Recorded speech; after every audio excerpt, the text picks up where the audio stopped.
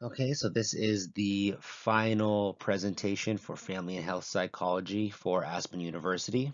The title of this assignment is Alcohol Abuse, taking a closer look at the crippling effect alcohol has on our nation. For this assignment, we were asked to create a public health campaign on the topic of our choosing. The topic that we chose for this assignment is alcohol.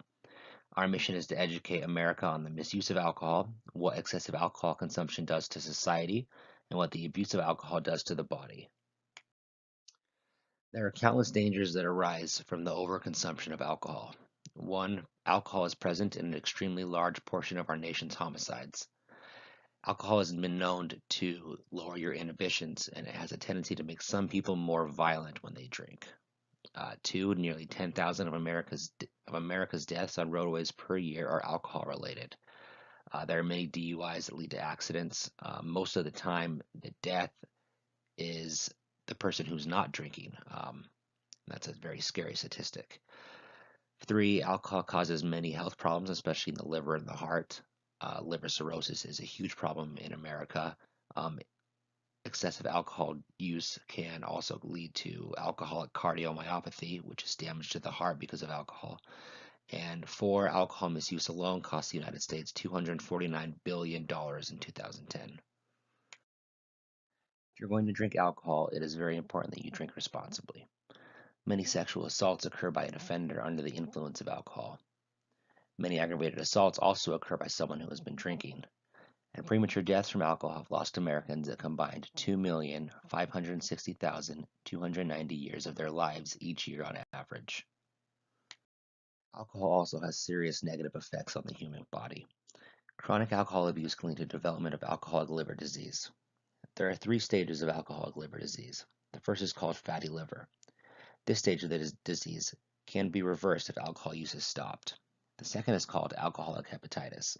Some of the symptoms of alcoholic hepatitis include nausea, vomiting, loss of appetite, and jaundice. The third and final stage of alcoholic liver disease is called liver cirrhosis. There is currently no cure for liver cirrhosis, and the only option at this point is to receive a liver transplant. Around 35% of heavy drinkers will develop alcoholic hepatitis in their lifetime, and liver cirrhosis was the 12th leading cause of death in the United States in 2007, with 29,925 deaths. One of the main purposes of this campaign is to create an educational program for high school and college students. Alcohol is quite normal in college communities and in most high schools. There are many negative behaviors that come from the use of alcohol. Stopping binge and unhealthy drinking on college campuses could prevent some alcoholics from unmanageable and unhealthy lives. Binge drinking has always been a huge problem among college and high school campuses, and it is a problem that we must not ignore. This educational program should consist of a combination of police officers, counselors, members of Alcoholics Anonymous, and those personally affected by alcoholism.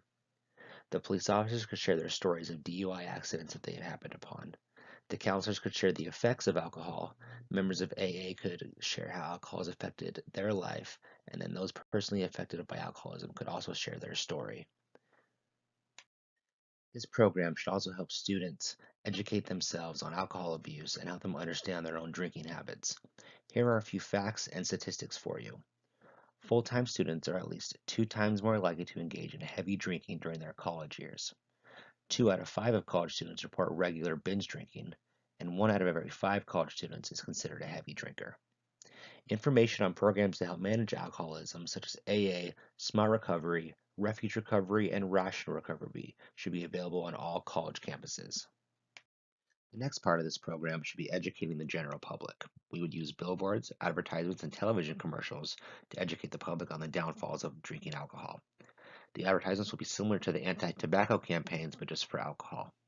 They will show DUI accidents, damage to the body, and other effects such as alcohol poisoning and liver cirrhosis. Most people don't see the need to quit drinking unless a problem occurs.